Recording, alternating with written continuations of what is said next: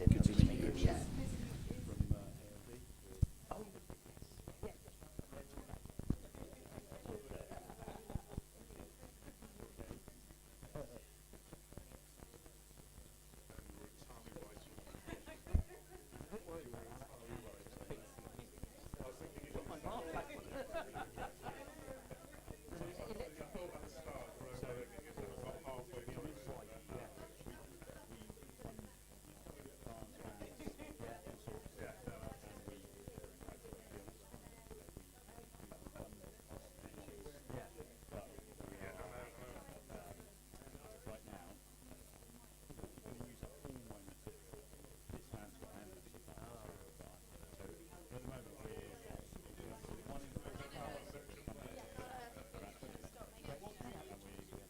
Do we need to do, this is on, just speak straight in.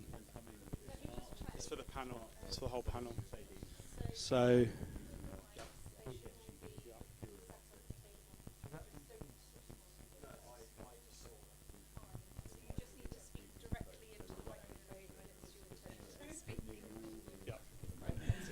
is actually going into companies that we're doing. It's going B2B. I don't think it'll be. And it's, Brilliant.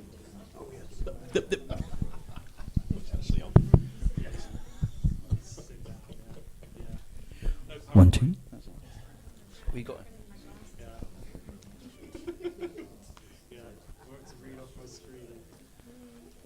so you based on where are you? No, so I'm from the Chartered Institute of Logistics and Transport. So I'm based in Gloucester. I live in Gloucestershire. Yep. So I got roped into this as a local business chef. Yep. You live locally. But I was here yesterday mainly.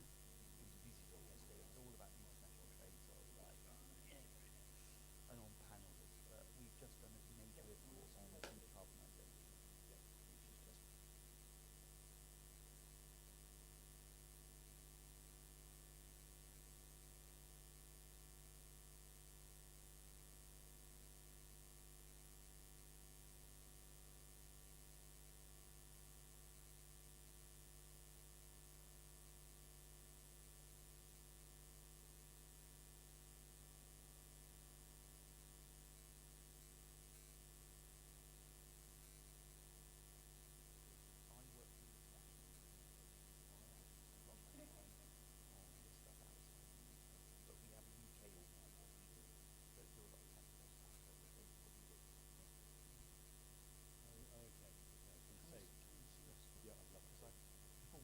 We don't do any HGVs. No. I wish we did, but we don't do it. But come and talk to us about the access to customers, corporate clients, obviously a lot of our members.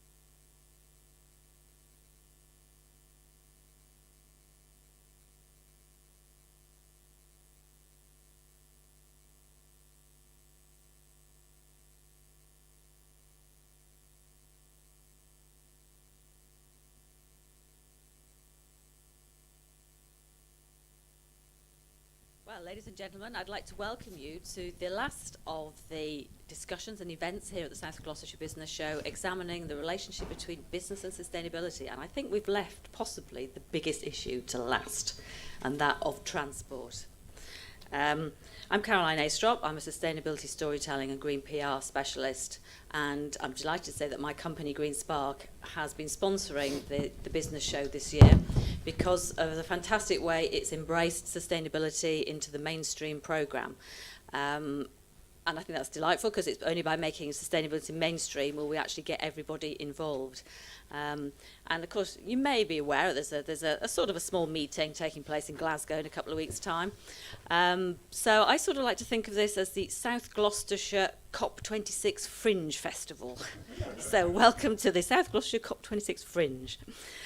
Transport, as we know, is a real key, vital subject, and one that was partly addressed in the government's net zero strategy, which it launched yesterday, but very sad to see public transport didn't seem to sort of figure very much in that. But it's also vital, as we've had a reminder recently when there was the so-called petrol shortage, you know, any hint for people that we can't travel about as we do normally, and it makes people panic, you know, not surprisingly.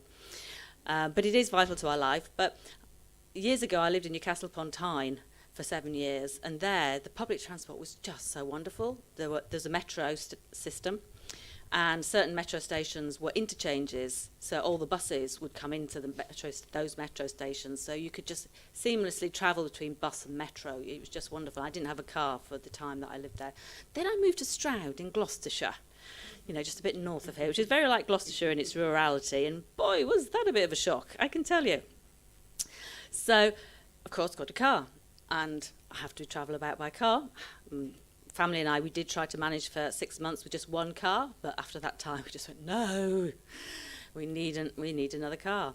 And I know my mum, who's got really bad arthritis in her knees and she can really barely walk, you know, she's lost that independence of being able to drive her car, and that has really curtailed her freedom. So if there were such things as self-driving cars for her, you know, that would just revolutionise her life. So we all do need transport, but how do we tackle that problem of making it sustainable? Transport accounts for 1/3 of carbon dioxide emissions, UK and in South Gloucestershire. South Gloucestershire's got a higher than the UK average car ownership. Yeah, how on earth do we start to square this circle of decarbonising transport? So I'm going to hand over to you now to this impressive panel of esteemed experts. And I'll just start by introducing Jonathan Foster-Clark, who's co-chair of Business West's Planning, Transport and Climate Change Group. That's a snappy title. It does, and he's Transport Strategy Advisor at Atkins, which is one of the UK's largest engineering consultancy with a regional headquarter here at Aztec West. So, Jonathan, I'll hand this subject over to you, and I'm glad you're discussing it, not me. Thanks very much, and you've stolen much of my thunder, actually.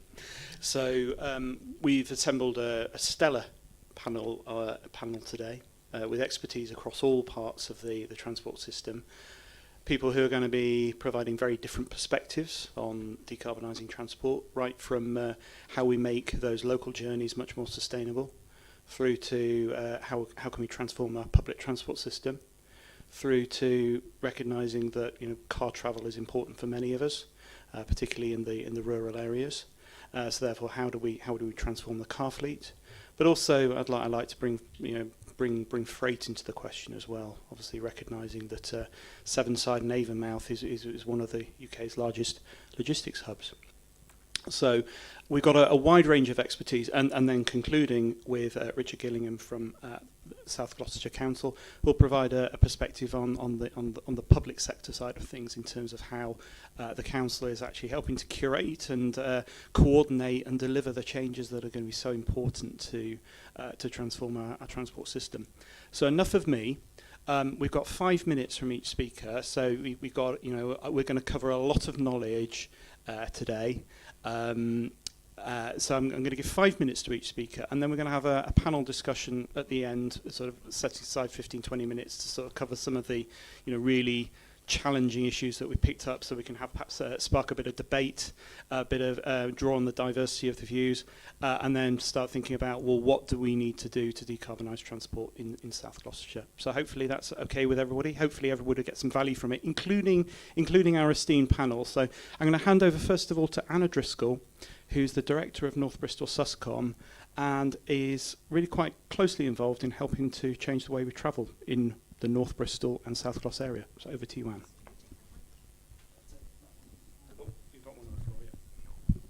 Thank you very much.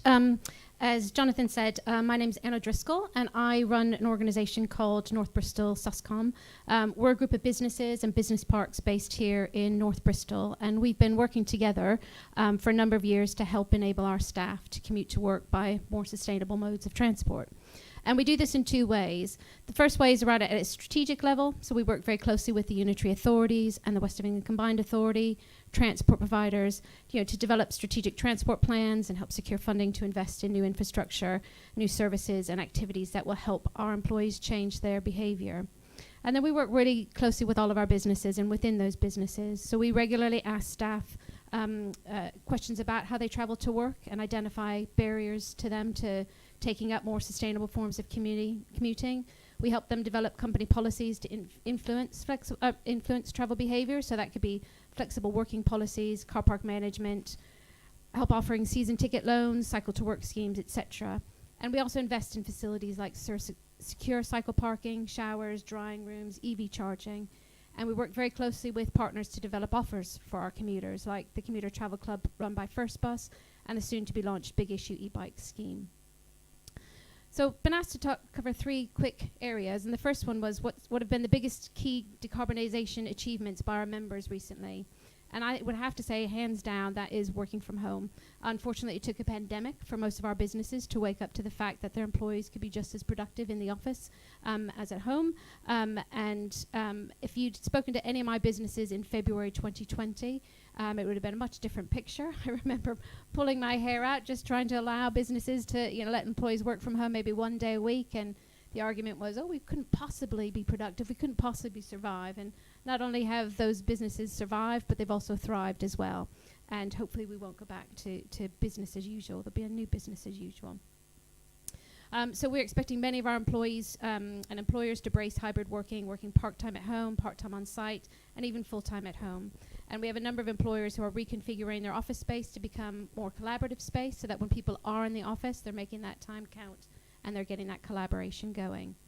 And it's not just businesses who've changed, but employees as well. I think suddenly everyone's woken up to how unsustainable and how unhealthy our previous commutes to work have been. Who wants to sit stuck for an hour in traffic when they could be at home putting on the kettle and walking the dog before work? So I think, people won't want to go back to that. And somebody recently told me, it was a business out at Avonmouth through Severnet, told me that a business they worked with said that they're now having trouble recruiting people because people do not want to travel more than 40 minutes on their journeys. When you think about the amount of journeys that people took before, particularly from places like South Wales, to get to business, that's going to be a real challenge going forward. So the pandemic has caused a seismic shift in the way we work and how often we commute, and that's providing us a real opportunity to decarbonise transport. I also wanted to quickly mention Cycling Works Bristol. We helped set this up during the pandemic with a number of key partners, including John from Sustrans next to me. Cycling Works Bristol is a group of organisations that are highlighting the need to prioritise protected bike routes and improved cycling infrastructure to enable our employees to get to and from work safely. Some of the key challenges I think that that still need to be solved in the transport sector. For me, one of the biggest one is roads.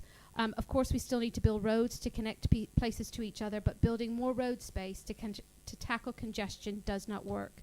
We will simply fill that space and congestion will increase. What we need to do is make much better use of all that spare capacity that is sitting in those roads. According to LiftShare, they've got a quote about 47 million empty seats every rush hour. I'm sure that was pre-pandemic, but if we're not careful, we'll go back to that. So we can't build our way out of this. We have to change our behavior. I think we also need to adjust our language to make it absolutely clear that there's no magic silver bullet to decarbonising transport. To get to net zero, it will require every single one of us to think about how they travel and to make better choices. It's going to require a more extensive bus network with buses that don't get stuck in traffic.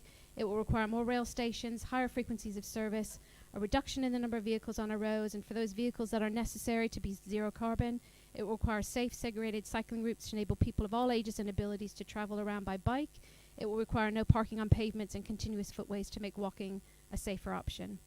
And it will also require significant improvements to digitalization and localization to remove the need for some journeys to take place at all.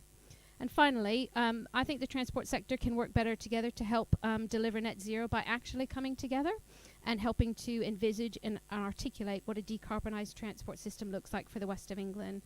Our shared focus has to be on reducing single car occupancy, whether that's enabling more walking and cycling for shorter and some medium-term journeys, or combining with bus and train for medium to longer-term ones. In the West of England, we hopefully will have a sustainable transport settlement that will give us between 550 million and 880 million pounds of investment to spend on sustainable transport over the next 5 years. We need to work together to make sure that the West of England makes the most of this opportunity and takes us a lot closer to having a decarbonised transport system in a clear, coherent, prioritised and effective way. That's it. I can introduce myself, Jonathan. Thank you, Jonathan. Hi there, everyone. I'm John Usher. I'm the head of partnerships for the South of England at Sustrans. So for those that don't know, Sustrans is a charity. We are based in Bristol, founded in Bristol in 1977. Funny enough, actually, at a time when the UK was facing an oil crisis, or the world was facing an oil crisis in the late 1970s, and fundamentally recognising that active travel didn't exist in policy context, didn't exist in infrastructure at the time, and Sustrans was born as Cycle Bag, an organisation set up in Bristol. So Cycle Bag is Channel Your Calf and Leg Energy Bicycle Action Group. Catchy. It really does trip off the tongue. And set up and split effectively in the early 1980s from Bristol Cycling Campaign, which remains a campaigning organisation based in the city. Sustrans, with some slightly more kind of UK-based aims and aspirations to improve the cycling infrastructure, walking and cycling infrastructure for people across the whole of the country. In 1984, we were actually commissioned by the Department of Transport at the time to look into the possibility of reopening disused railway lines across the whole of the country, and that there was born the idea for a national cycle network, and we've been kind of building that national cycle network ever since. It now stands at something in the region of 14,000 miles, connects pretty much every single town and larger village across the country. And that is the genesis of our organisation. Over the last 5 years, we've actually been kind of maybe looking a bit more inwardly to the urban areas and thinking about the urban focus and how we can have an impact at a town and city scale. So we have our custodianship of the National Cycle Network, which we kind of continue to have. We don't own most of it, but we do own strategic bits of it. About 600 miles of the National Cycle Network is still in Sustrans ownership. And Sustrans developed the network because we were the organisation that had the capacity and the capability to do so. We could buy bits of land. We could buy the disused railway lines. The Bristol and Bath Railway Path was the first of any of these routes in the country, started in 1979. Changing the urban fabric is much more difficult. You've got to have the cooperation and the support of the highway authority to do that. And about 80% of our public realm in an urban environment is actually the road network, and the road network tends to be a local authority's biggest asset, and yet it's the thing which has remained probably the most static, hasn't really changed at all over the last 40 years.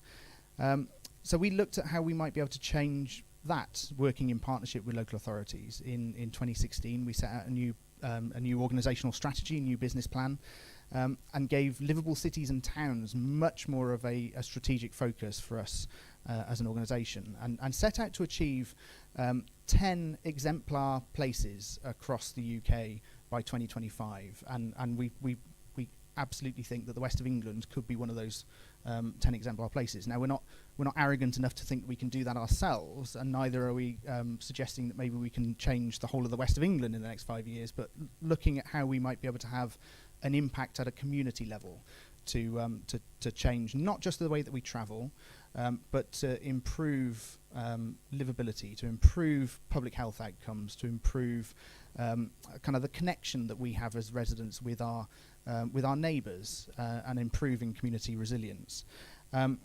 So we've been working in Lawrence Weston, a kind of an area to the west of Bristol, and Snow Hill in Bath, kind of two communities which in their own context sit at the higher end in terms of levels of multiple deprivation, high levels of health inequalities, significant challenges that those communities face, and also relatively low levels of car ownership in the kind of the city context in which we're talking about. And so therefore the opportunities for active travel are rather large, but most people don't identify walking and cycling as being for them. They see the car as being an aspiration. They see the kind of continued kind of government messaging that particularly in the 1980s, that you were a failure if you were still on a bike or on a bus by the time you were in your 20s. Those fundamental kind of psychological things that kind of ingrained into those communities, which actually make it really, really difficult to change people's behaviour. So that's what we've been doing. We've been investing our time and effort. So as a charity, we're not huge. We're about 700 members of staff across the whole country. We're not a massive organisation, but we have invested in a livable cities and towns officer to work specifically with those communities to raise levels of ambition for change in those communities.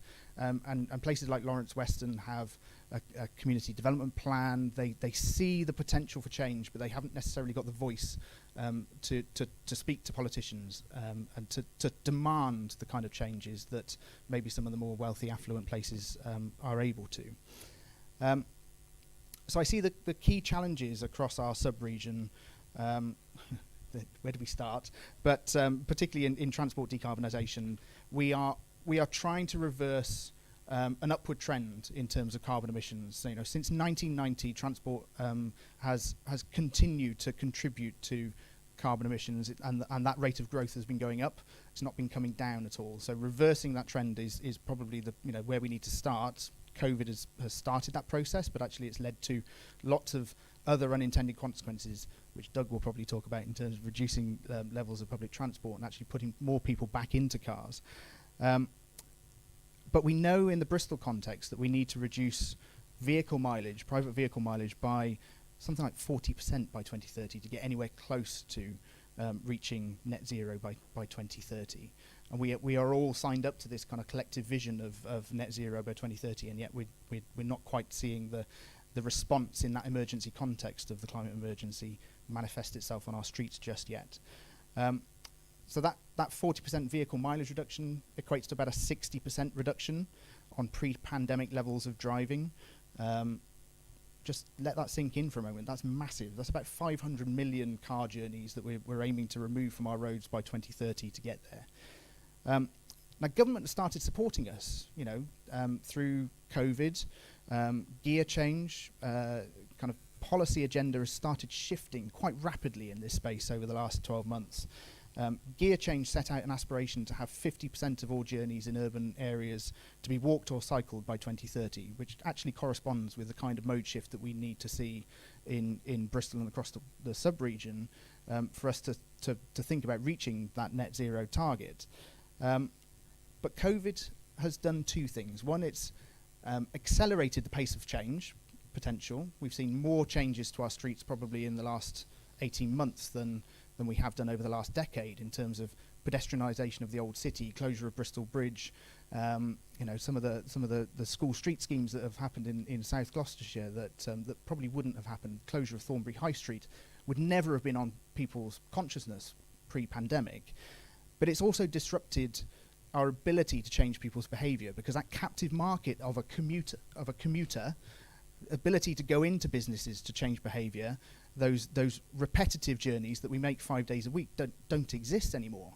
And actually it's much more difficult to change behaviour when we're talking about taking your kids to swimming after school, or the school run, or the weekly shop.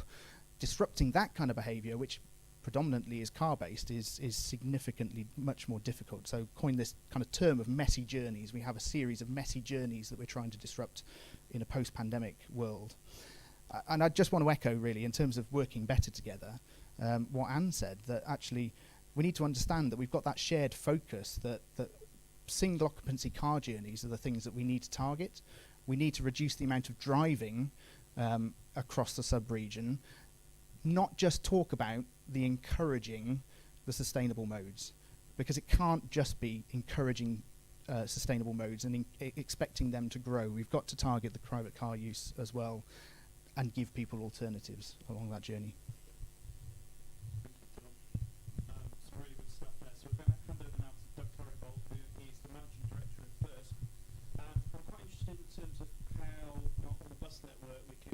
better cater for these messy journeys that people are going to be making in the future. Doug, over to you. Okay, thank you very much. Yeah, just to introduce myself, I'm new to bus and I'm new to the west of England, so I suppose that gives me an interesting insight into what's happening now and maybe what we need to do in the future. My background's always been in ground transport in terms of graduate trainee with British Rail many years ago and into private hire, but I've joined bus largely because it's really important, and that attracts a 50-something-year-old person to actually do something useful. So that's me. First, as you probably know, is one of the large or top 5 operators of buses in the UK. So we are about 20% of the market outside of London. We operate about 5,200 buses. So that's at quite some scale. So when we set out, which we did in 2020, that we would be zero carbon at tailpipe by 2035, and that we wouldn't order any more diesel buses in 2022 will be our last diesel bus order. That's 2035, that's a long way away. Yeah, actually, when you think about the cost of a bus, times that by you're talking about £2 billion worth of investment to make that happen. So I think in terms of the scale of the challenge in hand, you can see what that means to decarbonise our own future. So where are we? We're currently of the 5,400, 65 don't emit carbon at the tailpipe. Now, there's a lot of investment and a lot of activity in terms of where we are. So, for those of you familiar with the Bristol network, the biogas buses were a fantastic piece of bridge technology, which actually significantly reduced our carbon dioxide within there. But it is a bridge technology which takes us to the new future. And where are we with that new future in terms of, largely it's around hydrogen or EV, and we are very much committed to looking through both. We have, actually since 2012, we've had a trial in Aberdeen, and that was extended in 2017, 2018. So we have 15 hydrogen buses operating in Aberdeen now, and we're learning a lot from that process. Again, when you think about the cost of a bus of £250,000, a hydrogen bus is double that in terms of cost. So, but we are embracing hydrogen and we are reviewing the outputs of that. Probably more significantly is at the moment at least, is around EV. So we now have, talking about COP26, we are providing as a group the first of providing the buses which are zero electric buses which are taking people around COP26. And actually our Caledonia investment in terms of our infrastructure there is the largest EV charging point in the whole of the UK. And we're currently putting in, let me get these numbers right, about 148 buses are going into there, electric buses are going into there by February 23. And that's a significant amount of investment.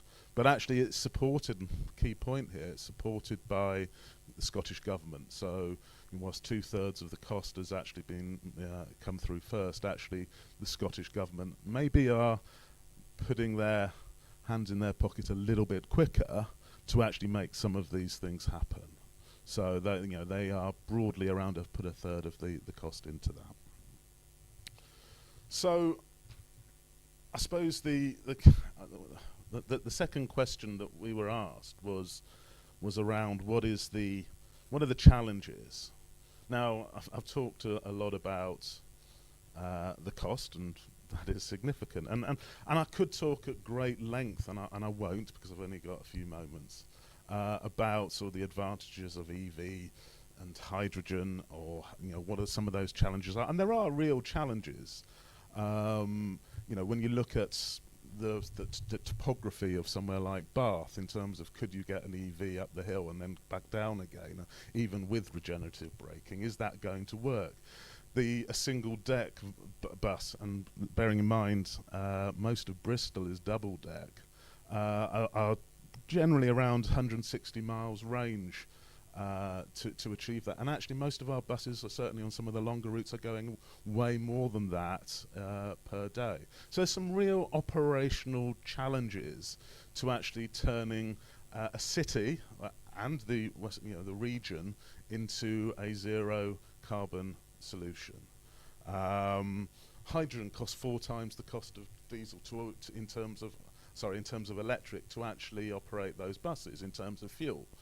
And also just think about the infrastructure. Actually, I fill up a diesel bus overnight, I park it in the corner of the yard, I shove another one right up to it, another one right up to it. You cannot do that when you are actually looking at a sort of electric buses or charging points there. So you need more space. So we need to be, and which we are in those discussions, early discussions with, in terms of WECA and the unitary authorities, in terms of, park and ride. We might need to actually stable and park our buses at park and ride sites or other sites. So there's a massive infrastructure requirement required if we're actually going to change the way we operate.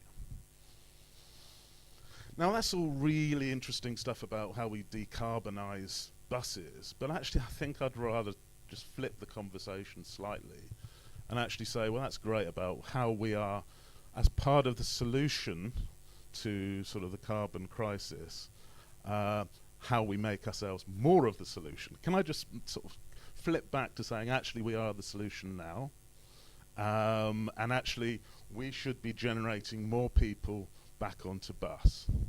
Now, where are we now post-pandemic? We are carrying around 72% of people compared to 2 years ago.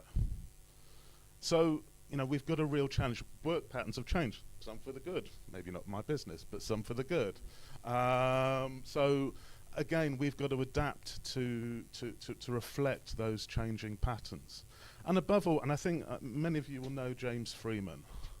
James Freeman was my predecessor and hugely respected in this industry, and he gave me a fantastic handover. I learnt more in 4 weeks about buses than I ever cared to know.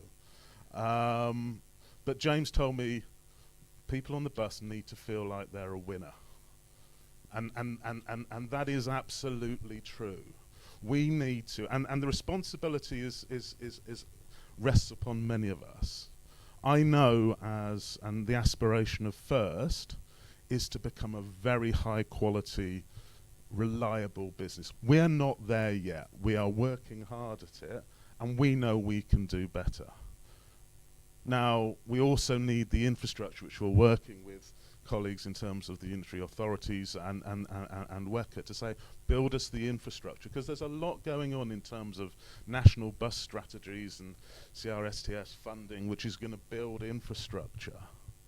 So, but so there's a commitment, there's a whole group of us which need to deliver better, and we're committed to build the infrastructure and build those services to give you that smiley bus driver who's arriving on time. We've given him a bus which works really well, which actually has heating working in the winter and air conditioning and working in the summer, and actually do all those things which may and with the prioritisation which enables that bus to actually glide past those waiting cars.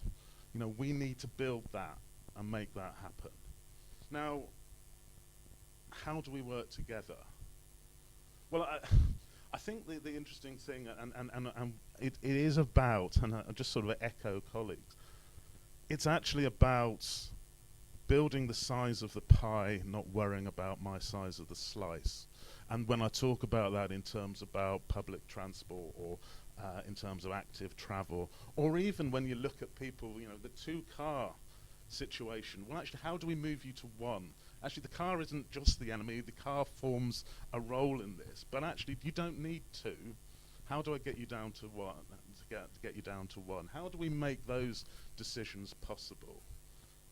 So we have to really look at how we work together. When I came in and we held sort of calls with our drivers, and they wanted to probably shoot most scooter drivers. And I understand it from a professional driver's perspective. But actually, they're part of what we need to do. They are part of the solution. They are part of what's actually going to get people off the car and into it. Now, we might need to work through some of the solutions on scooters, don't get me wrong. It is the Wild West at times. But actually, they are part of what we need to fix. It is about collaborative, and even, I'm not just talking about how does bus work with scooter or how does bus work with bicycle. It's how does bus work with bus. How do we actually get ticketing so you can jump on one bus and then get onto another without worrying about does my bus ticket apply. So actually we as an industry, but we need the sort of the finance, the support. My last point is the focus tends to be on the massive, the scheme, that this will be all right tomorrow. We'll do it in 4 years' time. We will sort out the A4. It will be perfect by then. No, what about now? Why does it take 2 minutes for a bus to come out of the bus station in Bristol to turn right at the lights? So actually we can invest huge amounts of money in terms of actually building infrastructure which saves 2 minutes. You have a set of lights which actually take ages, and I can only get one bus over at the time because otherwise it blocks the traffic going the other way. So that let's also focus on the simple. Huge amount of stuff covered there. That's been really, really helpful and a lot for us to chew on. Can I now hand over to John Harris from the Chartered Institute of Logistics and Transport. John, can I ask you to cover both of your slots in this 5 minutes, if that's okay? So a brief overview of the work that you've been doing from the institution, then perhaps a brief overview of sort of the freight and logistics side. Would that be okay? Yeah, brilliant. Okay, hi everybody. Okay, well, I'm midway through, so I'm waking you up, okay. So, yeah, my name's John Harris. I work for the Chartered Institute of Logistics and Transport. So we are a chartered professional body, same as Royal Town Planning Institute, Chartered Surveyors, etc. If you want to find out more, we are here today, so pop out and see us before the stand goes down, and you can find out all about what we do. My job is I actually lead on international business development and education and skill sharing, so I work outside of the UK. However, CILT in the UK is the largest branch that we have, so we actually operate in over 40 countries and have over 40,000 professional members. The big takeaway I want you to take about who CILT are is that we are not a lobby organisation or a trade body. Yes, professionals within consultancies, within operators, within supply chain, and within the wider logistics industry are members.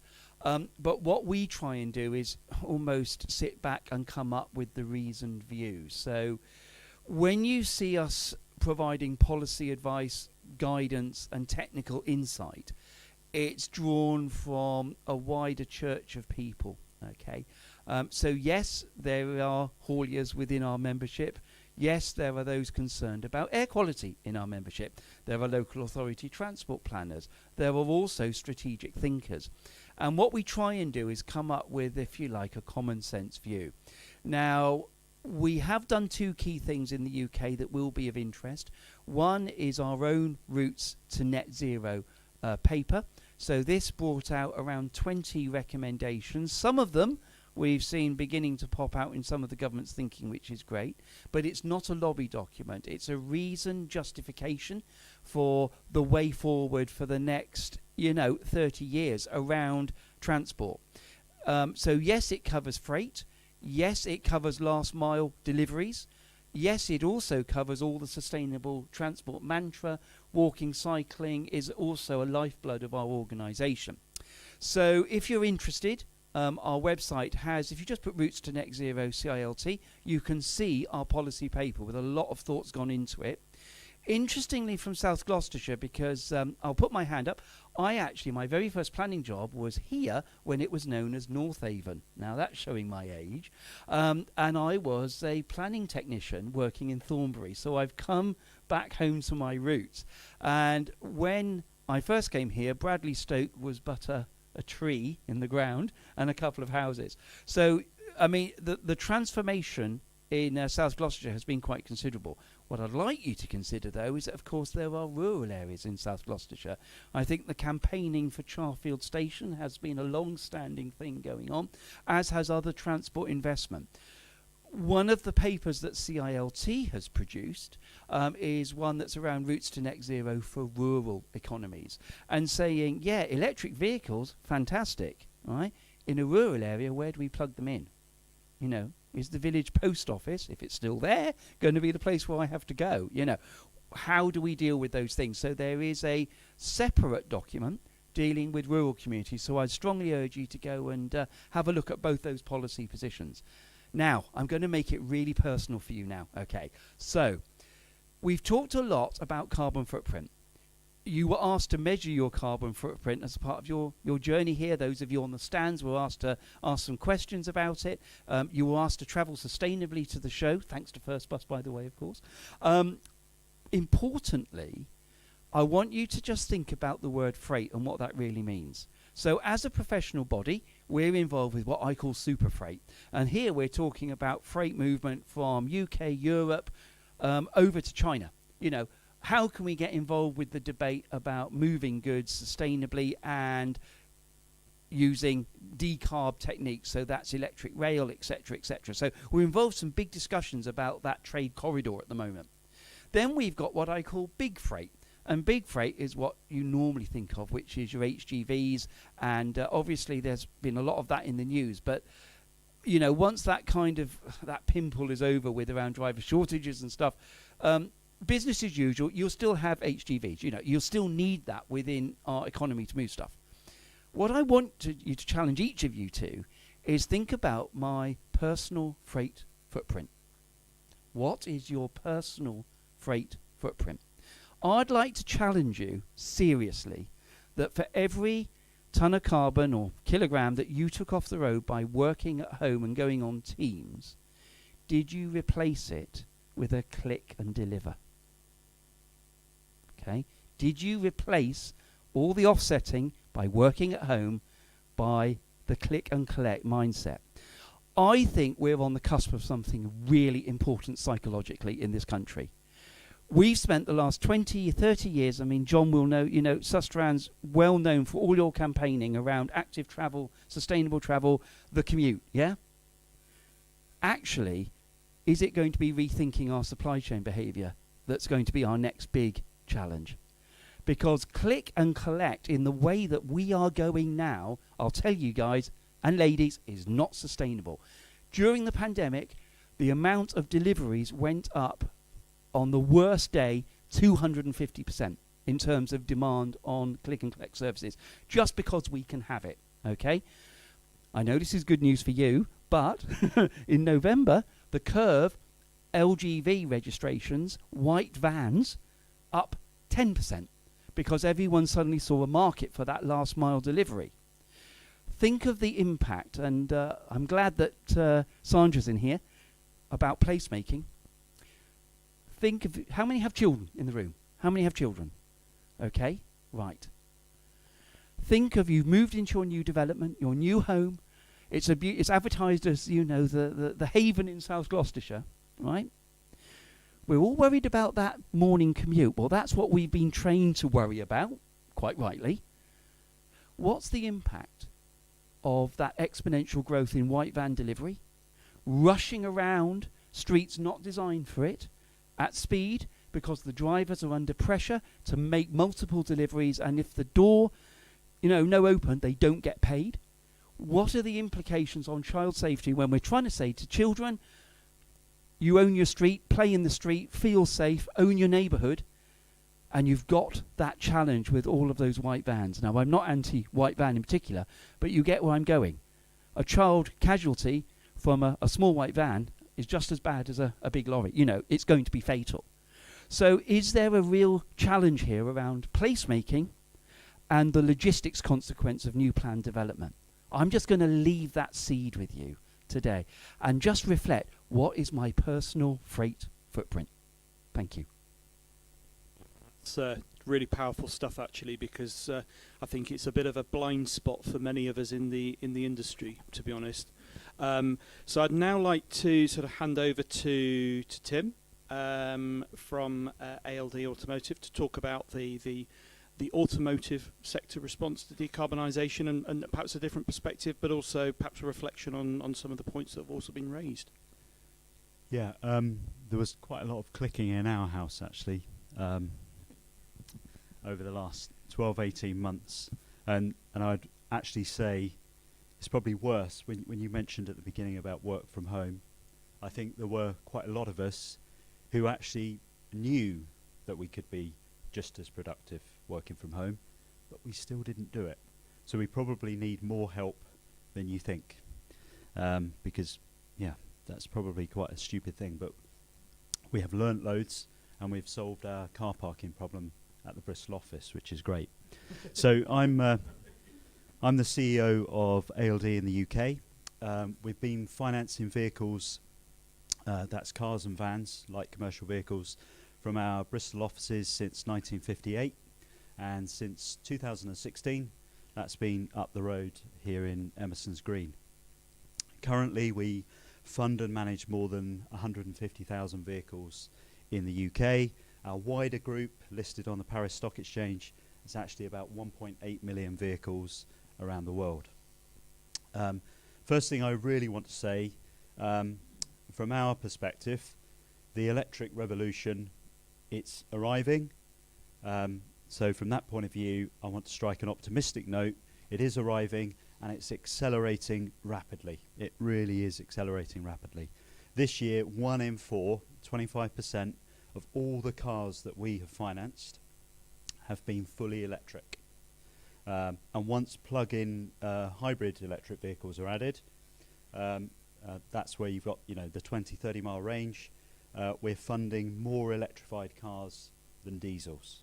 So plug-in plus BEV actually now exceeds diesels. Thinking about what was said about buses, at the moment, because of the economics of the electric car, they are a lot more expensive. We have a £2.5 billion asset balance sheet. At the moment, the ones that we're financing, the Teslas, the Polestars, as well as some of the smaller ones, the MGs, the Zoes, etc. But on average, they're almost twice as expensive. So we're potentially looking at a £2 billion investment as well. But for the UK market as a whole, around 10% is now fully electric, and we're going roughly sort of 2 to 3 times faster just because of the nature of who our customers are. They're larger corporates, and they want to get into those electric vehicles. Go back 3 years, and we were less than 1% electric. Now 1 in 4. So you can really see the acceleration that's happened. It's happening because of the incentives. The company car tax position is very favourable, and of course there are a few government grants in place. Vans is much, much slower, but everyone should be encouraged, because the reason it's slower is they don't exist.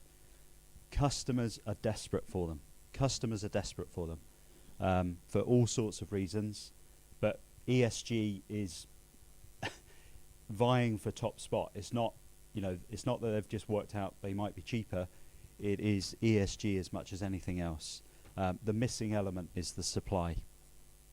So if we're accelerating fast, what could put the brakes on? And we always say at ALD, the barriers to mobility are complexity, convenience, cost, and conscience. That the need to be socially responsible.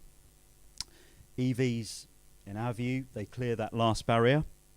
The others can be major hurdles for moving to an electric car policy, and that's true for large fleets as well as the average consumer. And Tony's going to speak in a minute about some sort of cases about how we help our customers navigate the complexity. But the major barrier that we see is convenience. It's become a cliche in our industry, in our sector, to go on and on about infrastructure. That's the issue, but it's true. Range anxiety is no longer the true description. It's not about range. It's about, when I arrive at the charger, will it be available? Will it be compatible with my car, with my payment card, with the app? Do I have to download another one? Have I got Wi-Fi? And is that charger working as fast as it says on the tin? One of my colleagues who lives in North London, he doesn't have off-street parking, but we've put our company car drivers into EVs. So he goes to the local garage. I should say they're very happy about going into EVs. But last Saturday there was a queue at 5 a.m. There was a queue at 5 a.m. in North London to charge EVs. And if anything is going to put the brakes on, it's that lack of infrastructure. So we need more of it. We need help overcoming the barriers. We need knowledge of how to navigate the system. We want more chargers up the road at our offices. We've got the finance to do it, but it's navigating, the grid and how, do we need a substation, all of that type of stuff to get the charger in. So I think we can work together on many factors, helping each other learn about the complexity and sharing examples of how we've helped customers. But from our perspective, the urgent need is infrastructure. Some really important messages there. So over to you, Tony, to provide a bit more detail. Okay. Thanks, Tim. I'm Tony Gregg. I'm a business consultant at ALD Automotive. A bit of my background, I worked with the Energy Saving Trust for 15 years, looking at decarbonisation within fleets and implementing those strategies, and also heading up the Plugged-in Fleet Initiative, which looked at electric vehicles and where they sat within fleets, be it corporate, be it public sector, and where they'd work in terms of operationally and cost effectiveness. And it's interesting to see how it's accelerated. Back then, all we had to choose from was a Nissan Leaf, a Nissan EMV200, Renault Twizy, if you've ever seen one of them. They're an interesting car. Well, I wouldn't even class them as a car. Interesting to drive. And then we also had the, what else? We have the Me, which was a pretty awful car. And so we had very little to choose from. And now you look at the market, it's totally amazing. And also the effect of ESG being involved in terms of businesses now, and it's been driven down the supply chain, Scope 1, Scope 2 in terms of emission. Scope 1 is obviously your corporate fleet and the impact that has in carbon footprint-wise. And Scope 2 in terms of your cash allowance fleet and your electricity supply to charge your vehicles. It's the first time ever I've had businesses coming to me asking about carbon footprints. I've been dealing with it 15 years. What are they? Now they're going, carbon footprints, what do we do? So it's an interesting and challenging time for a lot of businesses. In terms of electric, in my experience, people at different phases of a journey, sounds very X Factor, but at different phases and different places, and need different guidance towards moving to electric. Now, in terms of what we always used to say at the Energy Saving Trust, it's a type of vehicle you procure, the way you drive them, and drive them less. So, ALD have that approach. We're looking at mobility as a service and alternatives to the car, but at this moment in time, there's no real valid alternatives in terms of for businesses to get to and from places in some respects. So we've developed what's called the ALD Electric, which is a proposition, and it's a holistic approach based on my experience at ALD, its experience in terms of electric, and what it looks at is where you actually are in this journey and what you actually need. So it's sort of got stepping stones and 14 products within that, be it policy, review, be it total cost of ownership. I don't know if anybody's aware of total cost of ownership at all. Basically, historically wise, businesses have always looked at leasing in terms of the rental cost. When it comes to electric vehicles, intrinsically they're more expensive. So if you look at just the rental costs, it's going to be more expensive. And what you find is that they fall out of bandings because they don't actually, they're too expensive in terms of rental terms and depreciation terms. But if we use the total cost of ownership, that looks at like the whole cost within that 3-4 year lease of the vehicle, be it running costs, maintenance, running costs in terms of fuel, and be it tax in terms of the driver and the business. So it includes every cost within that, and we use modelling software to do that. And also we've got driver training, because obviously the way you drive these electric vehicles is very important. I don't know if anybody has ever driven one. The acceleration is quite amazing on them, but at the same time, if you have a heavy foot, it really impacts the range of them.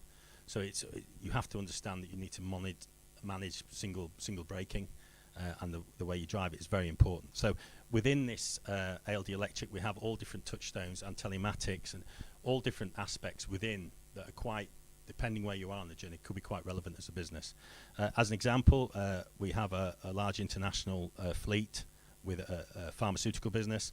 They had 500 vehicles, and they came to us, and we took them what we call the ALD mobility experience at our Bristol office across the road, and it's very immersive and involves computer gadgetry and stuff, but you get all influencers within the business of fleet, and they all sit and round and they play around with the software, and it draws up a policy. And off the back of that, they wanted a more dynamic future policy, and this was 2018. And they also wanted PHEVs, plug-in hybrid electric vehicles, to be in fleet, and the only way they could do that was by adopting a total cost of ownership, which they did. But we promoted that they also adopt battery electric vehicles, which I see as, I know PHEVs are a stepping stone, but obviously ultimately battery electric vehicles are the right way to go, and probably the only way to go in terms of fleet. And they were a bit reserved about battery electric vehicles because of the range and everything also off the back of that. So what we did, we took their telematics data of 3 years, during COVID, pre-COVID, and we analysed, they did about 5 million miles a year in terms of fleet, so quite a large mileage. But when we did the analysis, over 77% of the fleet were doing less than 100 miles a day, and then only 5% were invariably doing over 200 miles a day. So if they had electric vehicles of a 200-mile range, that would cover a vast majority of their job roles and operationally. That's always the key thing around electric vehicles, whether they can deliver operationally, and especially around vans, which can always be a stumbling block. Again, they were quite happy with our research findings, and but they still were quite reserved about battery electric vehicles because they had no experience of it and no understanding of them. So we arranged what we call a blue fleet trial. So that in terms what we call a flexi lease, which is a 6-month battery electric vehicle put into the business. We did it for about 12 vehicles into their fleet, and that had telematics fitted. You had a home charger installed where they had a driveway, and it was a great experience for all the drivers to drive. And we'd set up a WhatsApp group where they could feed back with the learnings and what they found, and it sort of highlighted some inhibitions around battery electric vehicles and some enablers around battery electric vehicles, key aspects around not having a home driveway. One lady handed her car back because she had no driveway, and at the end of every day she had to stay at a public charger for an hour and then drive home. So you can imagine, you've had a long day at work, you've got to sit in the middle of probably nowhere to charge and then drive home afterwards.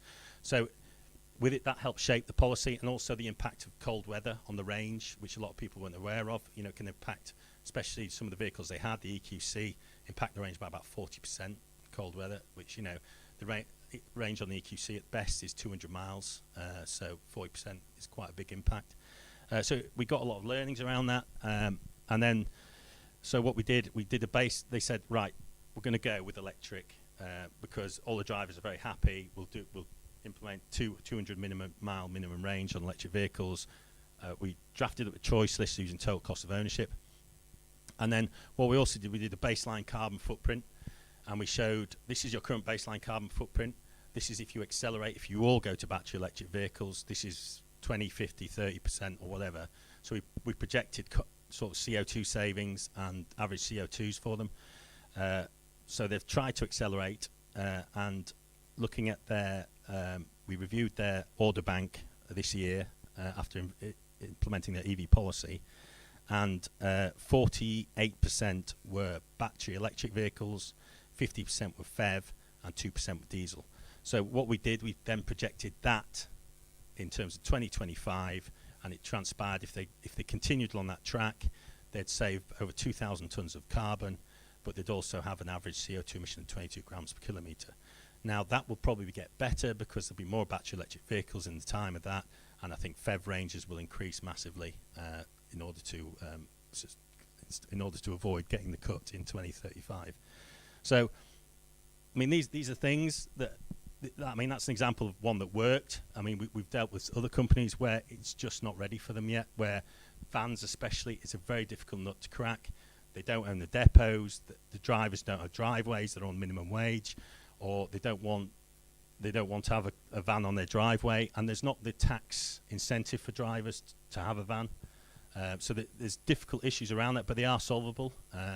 But it does require collaboration and understanding within fleets. But as Tim says, the charging piece is pretty much integral in terms of, reliability. And I think, if you look at the road, you've got MFG chargers at 125. They're brilliant, really good. But you go other places, they don't work, or they're just low kilowatts, so you're going to be sat there for a few hours. So it does need more investment, I think, around that. And that's it. Thank you very much. So you can, hopefully we can all see there's some real technical complexities. We're in the, if you like, the birth pangs of a new form of mobility, and it's going to be immensely challenging for us. I'm not being very good in terms of my role of chairing, in terms of managing the timescales.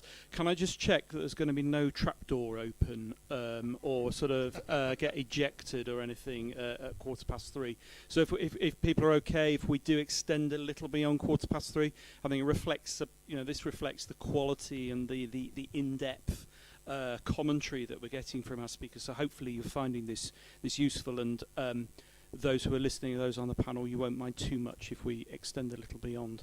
Clearly, decarbonising transport in less than an hour it was always going to be a tall order. So thank you, Lucy, for asking us to do that. But I'm now going to hand over to Rob Oliver, who's going to really talk about some of the technological aspects involved. So over to you, Rob. No, thanks very much, and good afternoon, everyone. I'm Rob Oliver. I'm Engineering Director for IAPS, which is another handful of a name, so the Institute of Advanced Automotive Propulsion Systems. We're part of the University of Bath. We live in the Faculty of Engineering, but we have access to the complete remit of the research facilities within Bath, and I'll come on to that later, but typically we have access to mathematicians and statisticians, but also to psychologists and behavioural scientists, and that's quite important when we talk about reducing carbon. One other thing that I've reflected on in the panel discussion, I feel quite guilty about now. I clicked and ordered something from Japan on one day last week, and surprisingly 3 days later it turned up at my front door. So presumably it's been on a van in Japan. I know how many aircraft it went on because I tracked them as it arrived, and then arrived in a DHL van at my house. But that actually summarises a lot of the points. So thanks for raising that. That's actually condensed a lot of the points I was going to talk about. IAPS has really been building on the University of Bath's history of decarbonising vehicles for the last approximately 40 years. And to give you some examples of the things we've worked on, we recently finished a project which is entirely in the public domain with Ford in the UK, where we developed both an experimental technique and also an advanced modelling technique around parasitic losses and the behaviour of turbochargers in engines. We generated a test facility that produced a typical pulse flow as you'd see in an engine, as opposed to working on the average flow, which would have been done typically, and then built the models to correlate that to the physical environment. That then meant that Ford could model more accurately rather than having to test every system. So it decarbonised from the benefit of effectively not running large numbers of test facilities to establish the benefit, but also from the fact that you can develop it in a modelling method which is much quicker. Ultimately, that allowed Ford to reduce its carbon footprint on this particular range of vehicles by about 200,000 tonnes per annum. That's the equivalent of removing, I'm told, 109,000 vehicles per annum from the road. So that's one in the very technical end of the work we do. If I reflect on the psychologist side, we've also worked with an organisation called Lightfoot, who are part of Ashwood's Engineering, based down in Exeter. Their challenge really was around driver behaviour and they market a product which is known as Lightfoot, and the objective of that product is to improve the vehicle fuel economy. It can also apply to electric vehicles. We did a lot of research with the psychologists on the driver's perception of acceleration and what a driver wanted to feel versus what they actually feel, and then how you link that into rewarding or chastising, to put it loosely, the driver. That project and that product has reduced fuel consumption by up to 50% in some of the most aggressive drivers, and 10% across the complete board of drivers. It's a massive change for really no investment in technology. It's a fairly simple device which is mounted in the vehicle that just monitors the behaviour of the vehicle driver. And one of the things that we have to think about is encouraging people to drive whatever vehicle they have more economically.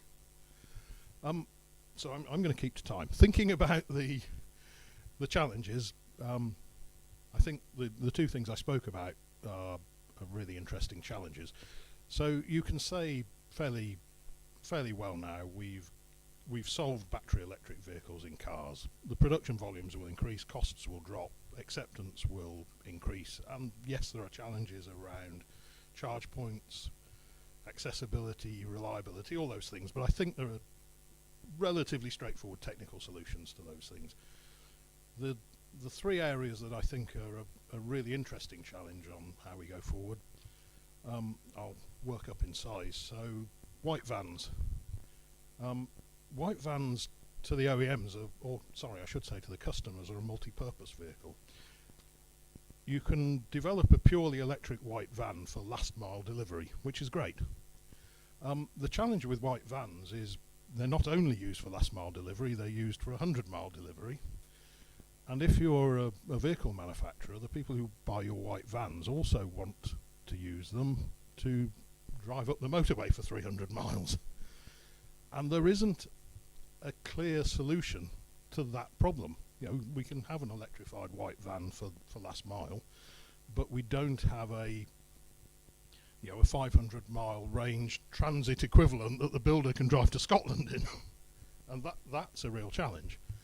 The other challenge is heavy duty transport. So how do we transport goods around the country? One possible solution is rail, but we still need HGVs. Battery electric isn't really a solution for HGV at the moment. The final challenge really is air travel, and nobody's yet spoken about air travel, but battery electric or electric vehicles in terms of air travel, there may be a solution for light aircraft. Again, assuming people continue to want to go on holiday, we need a solution to long-haul passenger aircraft. This is really bringing me onto hydrogen, and hydrogen is potentially the solution. Hydrogen vehicles, yes, we can either burn hydrogen in engines, or we can use a fuel cell to generate electricity. You then need to go back to the question of how's that hydrogen generated. If that hydrogen is generated from natural gas, we haven't really solved the problem. If we generate that hydrogen from electric, it really needs to be green electric. Otherwise, again, we haven't solved the problem. The next question with hydrogen, it's a very small atom, and it doesn't necessarily stay where you left it. So we need to be able to. No, seriously, how do you store hydrogen in a vehicle? How do you safely store hydrogen in a vehicle? And how do we form a safe hydrogen distribution system? So those are really, in my mind, the outstanding questions. How do we work together? I think, really, as a university, our charter is to work together with industry, and that's exactly what we want to do. We want to collaborate with industry to solve these problems. Thank you very much. And I'm now going to hand over finally to Richard Gillingham, who's going to be talking from a council perspective. So we've seen from various aspects of the sector, and you can see just what there are a few parts of the UK that can compete with the west of England and South Gloucestershire in terms of the sheer density of collaboration and expertise that we've got here. I guess the challenge for South Gloucestershire as a local authority is how do you translate this into South Gloucestershire as a place and your role in leadership of how the place works and indeed how we deliver the infrastructure to make this happen. Yeah, very much so. Just to introduce myself, I'm Rich Gillingham. I'm a strategic projects manager at South Gloucestershire Council. So I head up a team that actually delivers a lot of things on the ground, such as the bus lanes, EV charging points in places and things like that. So, but as a whole, South Gloucestershire Council, yeah, we're responsible, I suppose, in a number of ways for facilitating the change that needs to happen, such as planning that place, what the future place looks like. So putting in the policies that are to enable to facilitate that change. But we also work very closely with our partners at the West of England Combined Authority with central government to lever down the funding that's required to make those changes. And then we're also responsible for actually delivering a lot of those changes in terms of infrastructure, such as building the bus lanes, putting in the EV charging points to a certain point. I'll be quite quick because I know you probably want to ask lots of questions and tease a lot of things out by questioning. But there are, very few things that we do that are simple. Doug mentioned, we can see a simple change on the highway network. Can't we just do that? And yes, we need to be in a position to identify those simple things. But as soon as you try making that change, this is one of the big challenges we face. Some of those things that might appear simple, once you go out to consult with all our residents and whatever, you get a lot of conflicting views, and as a local authority, we have to take all that into account, and that means that some of the interventions we actually often end up doing take longer than you think they should do. And sometimes they're a compromise because we're trying to basically facilitate a lot of different user groups that all use that space, that highway infrastructure. So we've made an awful lot of achievements over the last few years, but they're nowhere near as much as we do need to make in the next few years. We did deliver the Metrobus system, which we're now expanding. We've started delivering electric vehicle charging points and filling that space that during this transition period is required in order to let the market catch up, the commercial market catch up, because in a few years' time, it will be the commercial market that actually delivers the fuel for the electric vehicles as they do for the petrol and diesel. But they're not there yet, as it's been identified. So it's coming to local authorities to actually fill that gap in this transition stage. And that's not easy because a lot of people want EV charging points along their streets. And they're narrow streets, narrow footways. Cyclists, pedestrians complain. We don't want an EV charging point there. That's going to mean we can't push a wheelchair or a buggy along the street. So there's a compromise that needs to be made, and it's not an easy, simple solution to get to where we need to get to. So those are just some of the challenges we face, but we're very much conscious that we need to act really quickly and work very quickly. But some of the constraints we face through business case development that still government require us to do all take time. They take years. And arguably, have we got years? I'll leave it at that.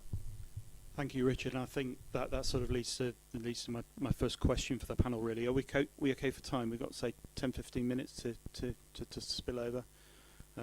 my boss always talks to me about my time management. And you're talking about the speed of actually delivering infrastructure, but of course, we need to be reminded that local authorities have declared a climate emergency, and therefore we need to be acting quickly. So how do we deliver the speed of change that's needed in the way that we travel, recognizing that actually a lot of the infrastructure that might be needed to support that is going to take a while. So it's just a point of reflection there in terms of this, how do we deliver change at speed in terms of supporting the transition to electric vehicles, recognizing obviously that freight is going to take a bit longer, but certainly in terms of BEV cars and potentially light vans for some of those shorter movements, but also how do we support the behaviour changes in terms of thinking about how we travel, in terms of those shorter journeys, but also supporting public transport.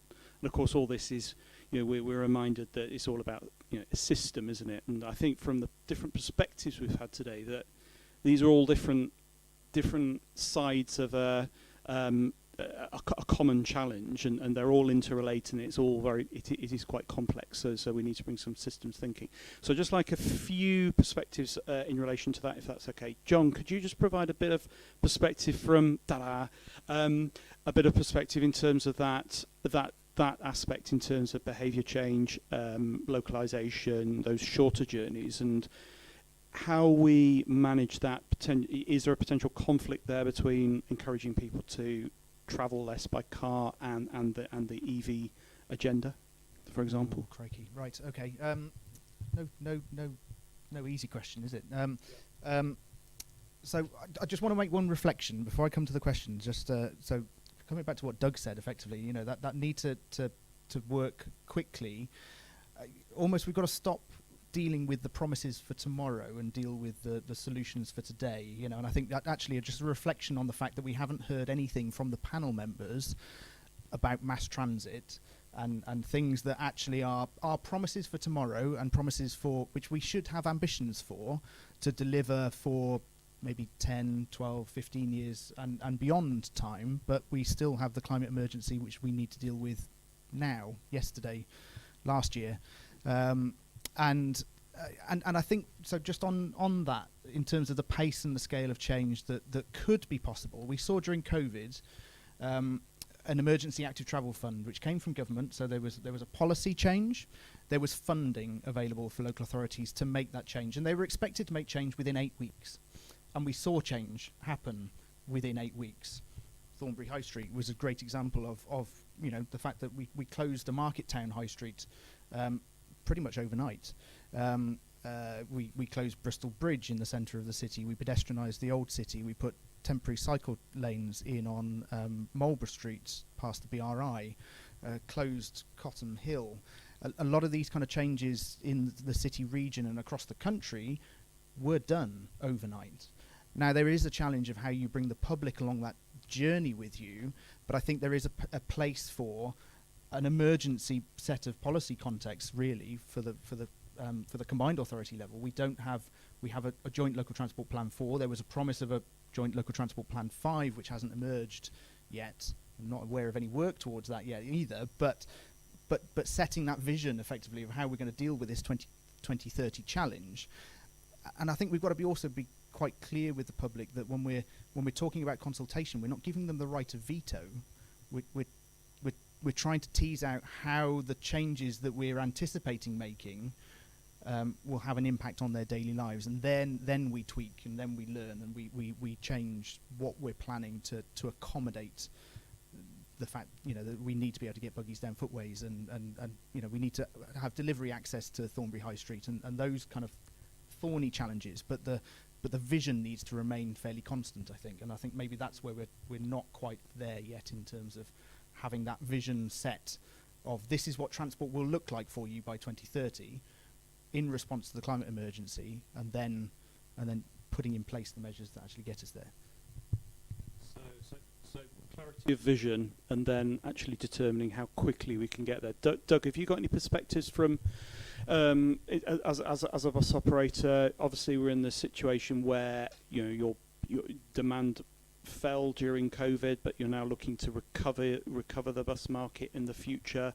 And indeed, we need more people using buses in the future, don't we? If this city region is going to work. So, how do we really, in this new world, how can you accelerate the numbers of the volumes of travel by bus across the region? God, that's what I've been employed to do. I think it's. When you take a step back, this isn't really about leadership, isn't it? And it's leadership and who provides that leadership and the multiple layers of leadership required here. You know, I was speaking to, the former transport lead at Bristol City Council who believes the Bristol Bridge cost him his job. And you actually think that, it was his ward, he lost his ward because, and he blames partly on that. So we still haven't got the message across. I think it's getting across, but I still think that the climate crisis is something for somebody else to fix. And we've got to take responsibility ourselves, whether it's politicians, whether it's as employers, or our individual responsibility. We've really got to communicate to the point around vision about what we're trying to achieve here. And then because if we got to take people to take that responsibility, and we've got to provide that leadership to them. Yes, all those things about providing the services that people want, but how can employers promote what we do? How can, as individuals, we actually sort of communicate better? I joined Bus, and it feels a little bit like a club that you need to know how it works to actually use it. So we play to our audience all the time, but we don't actually, to achieve modal shift, we need to make it much more appealing in the sense of how do I know get from A to B, and even do I know when to get off at B? That won't work with the AV doesn't work on the bus, or it isn't there in the first place. So we need to do, we have a lot of responsibility as a bus operator to provide those services. But I think there's the wider question of leadership and promotion, and whether it's company car parks or whether it's how we promote. We might give as an employer, do we give a car to someone? But what about giving them a bus pass? So actually, I think there's a leadership space, and we need to really keep selling home that message. I think start of the fuel crisis. I'm moving to a house next week, but I've been driving down every day for the last 6 months, parking my car at the bus station, and I use the bus around. Fuel crisis. I actually came on the train. And it showed it was possible. I hadn't really sort of thought that I could make that work, and I did. So I've kept doing it. So and somehow the events we almost need to be shaken into doing things. And but it's about that communication, that leadership, and that sharing that vision. Never waste a good crisis. And can I just get your perspective in terms of obviously your organisation, you cover the North Fringe of Bristol, which is a huge area, huge number of employers and employees. How many thousands of people work in that northern arc around Bristol and the companies that you work with? To what extent can you really, as an organisation, can you up the ante in terms of helping to deliver that shift in the way that people think about travel? Yeah, so the businesses we represent, we've got about 45,000 employees in there working in those businesses. And it's usually finding a hook to something that's happening. So for IAPS, when you guys finally populate your building there's support available for all of your staff now to get journey planning advice. How are they going to get in there? And it's finding those situations. And actually COVID's sort of made a crisis for everybody, and we shouldn't have to wait till we're so far down the we're already far down the ecological and environmental emergency thing, but we shouldn't have to take a crisis for us to make those decisions. So I would love to see a lot of our employers, some of our employers have massive amounts of car parking, and it's very difficult to say to people, no, you can't park there when you're not doing anything with that empty space. And I'd really like to see, if you think about it, we have a housing crisis. We need to find lots of new land to build new employment spaces, new housing spaces. can we get some of those businesses to give up some of their car parking? And it's a very difficult conversation to have with my employers, but it's something I want them to really think about, is how can we, especially say somebody like Rolls-Royce, who's going to have the new Metrobus delivering right outside their offices. They're going to have new excellent cycling and walking infrastructure. And what's fantastic is one of the big barriers that we identified 10 years ago was Gypsy Patch Lane Bridge, and finding that was a real barrier, that people actually who lived the other side of the bridge were driving because it was too dangerous to walk and cycle through. That's going to be gone. But if we don't help them tackle their car parking situation and reuse some of that and restrict car parking to people who have no other choice. We helped Babcock relocate from Aztec West to Bristol Business Park and help them implement a policy rather than a lot of businesses adopt this first come first serve parking attitude. Nobody's going to arrive, find they can't park, and then go home and get on a bus. They're going to go park in a neighborhood, or they're going to go, park across somebody's drive or something. We need to think about what we as employers can do to enable our staff. So it's providing facilities for people who maybe want to shower when they get in from a cycle, or find somebody else to car share, to share their journey with, so that there's one less vehicle, or the number of vehicles are halved. So I think there's a lot that employers can do that's in their gift, and it is having that captive audience. We've been working really closely with First Bus on promoting their commuter travel club, because if you think about it, it must be very, very hard for you to engage your wide range of customers or your potential customers in a constructive way, whereas we can do that in a much more direct way through our employers, through their employees, by offering them that support. Thanks, Anne. So I think we can see there's lots of innovative ways that we're thinking about how we can encourage behaviour change. But I wanted to pick up on one of the points that you made about cost of ownership. Tony, you made the total cost of ownership, and if we're going to transition to EVs, they're pretty expensive to buy, aren't they? Yeah.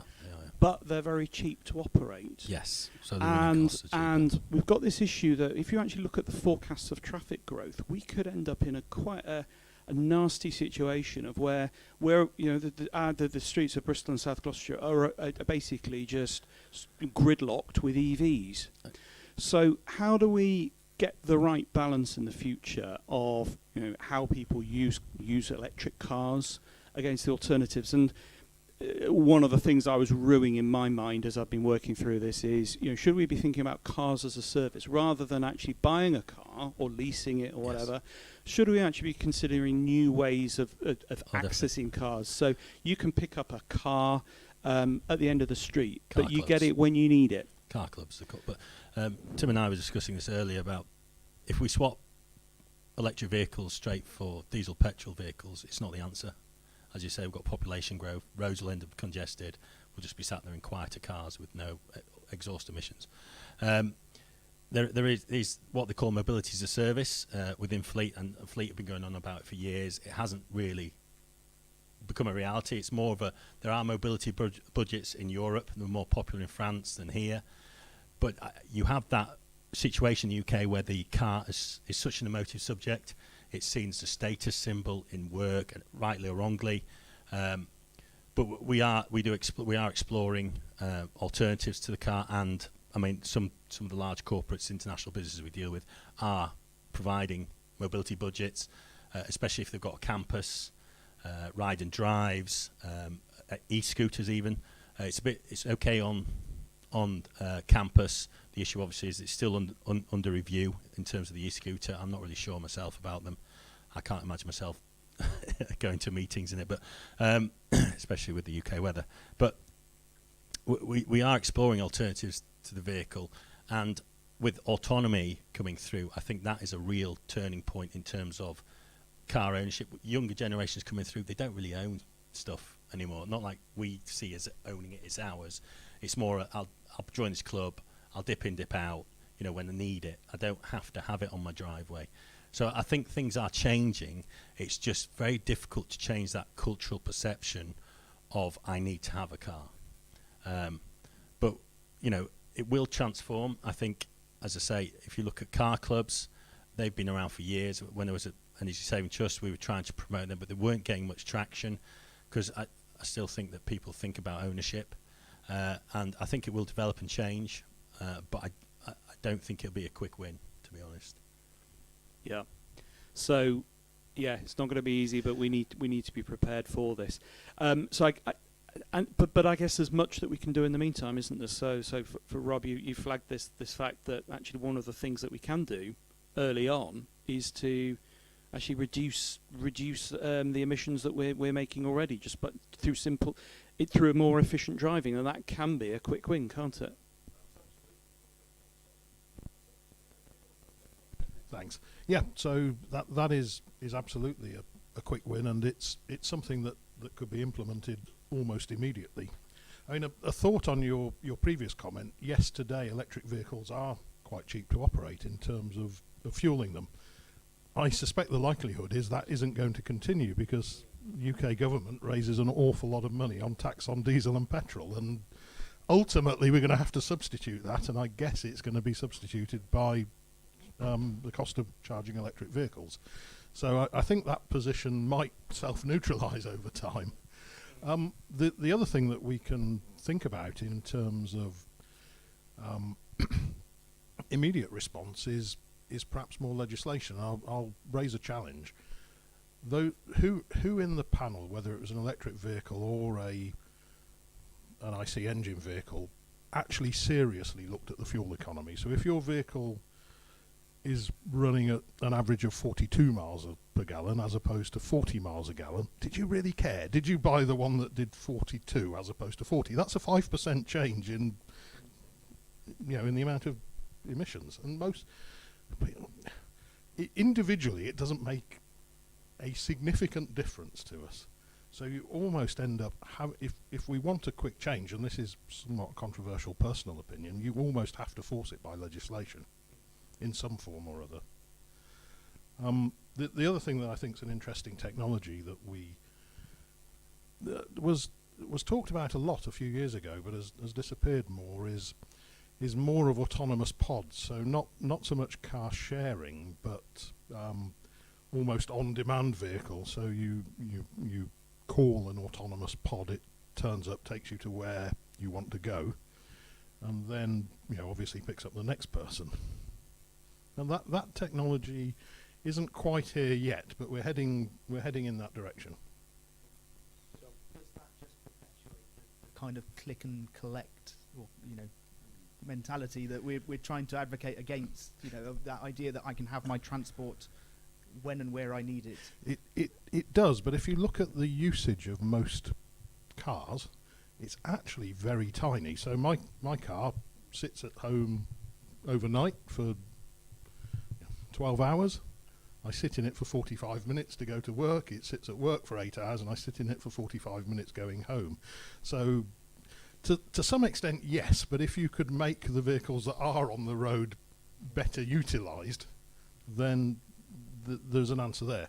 The other thing also moving to autonomous vehicles is you can control their speed and acceleration. So whether they're electric or IC engine, you can actually reduce congestion, but also reduce emissions by the way they're driven.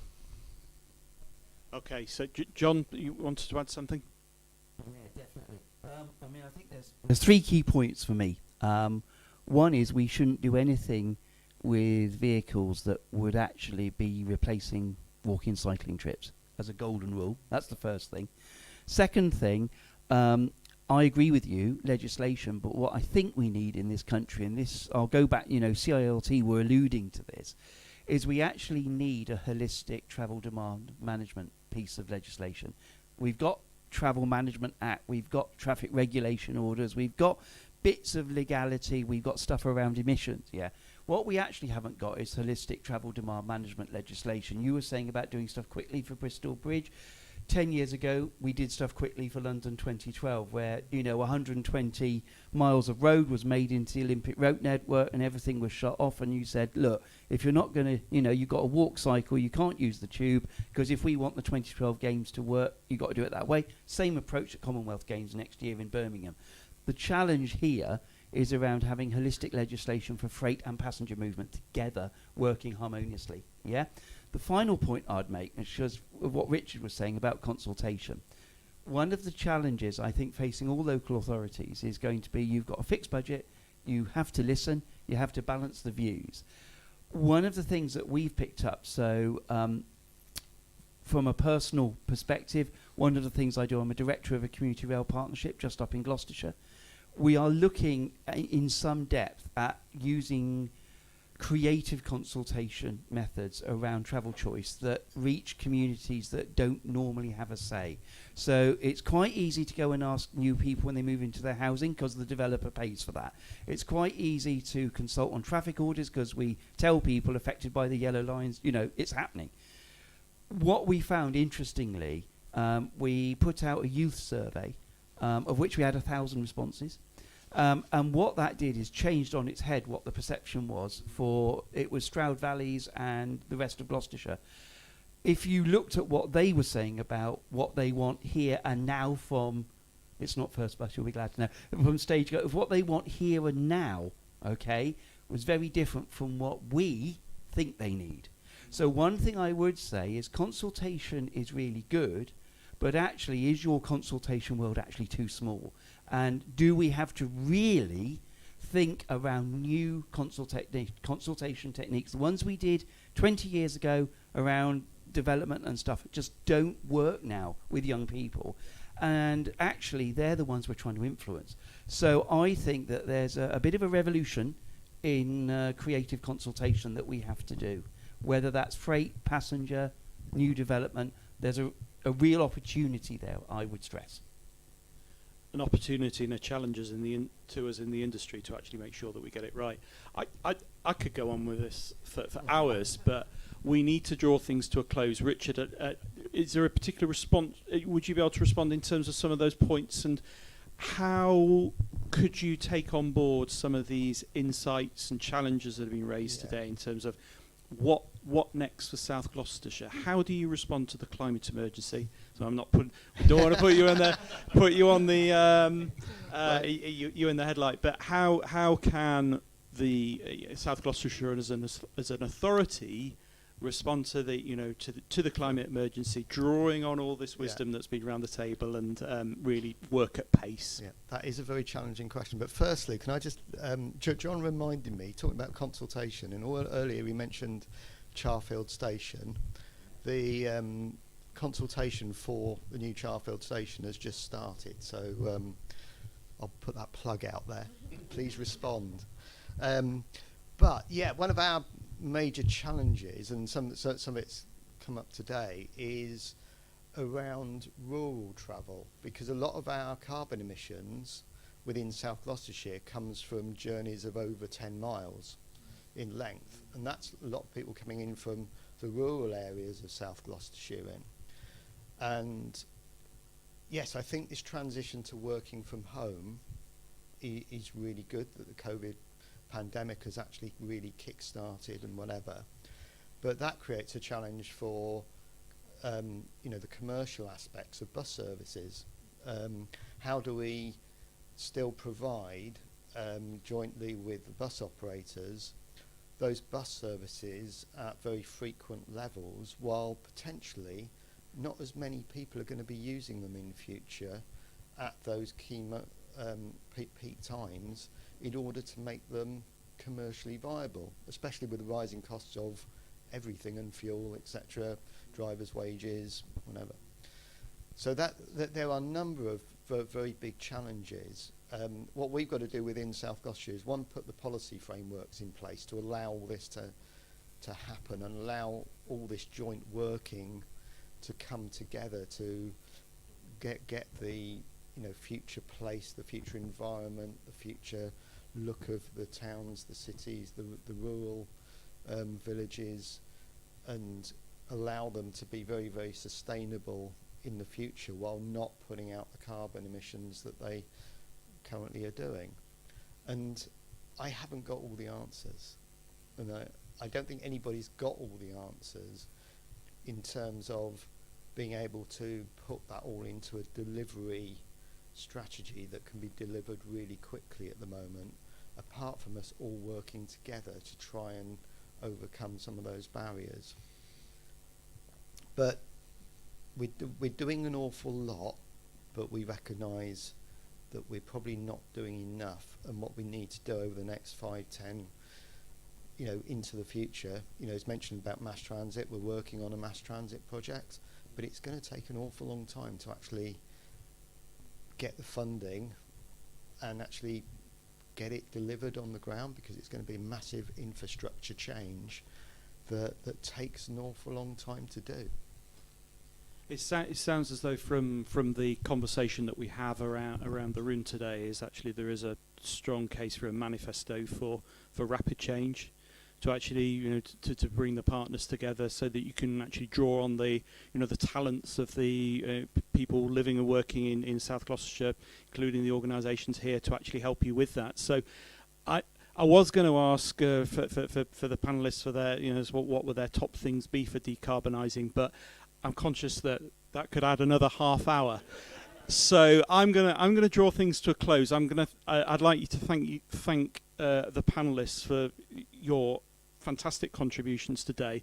I think it's brought some real in-depth, detailed insights from different aspects of decarbonisation. But hopefully, you know, those of you here today and listening on the live stream will have heard the importance of, if you like, systems thinking in terms of how we draw it all together with a coherent plan for decarbonisation in South Gloucestershire and the west of England. So I'll now hand over to Caroline, if that's okay, to draw things to a close. So thank you. Well, I think we need a round of applause for all that. It was really great, insightful discussion. Nothing left to say except thank you, everybody on the panel. Thank you all for coming. This draws the whole of the South Gloucestershire Business Show to a close for this year. So let's hope we have one next year, because it's been 2 years, of course, since the last one, because of a certain little event that's been going on the past 18 months. So, yeah, pencil it in your diaries now, this time next year for the next South Gloucestershire Business Show. So thank you. I hope you have good travel journeys wherever you're going, whether it's, you know, decarbonised or not. And yeah, thank you for coming. I think the exhibition might still be hanging. No, is that finished now as well? No. So it's basically thank you and goodbye.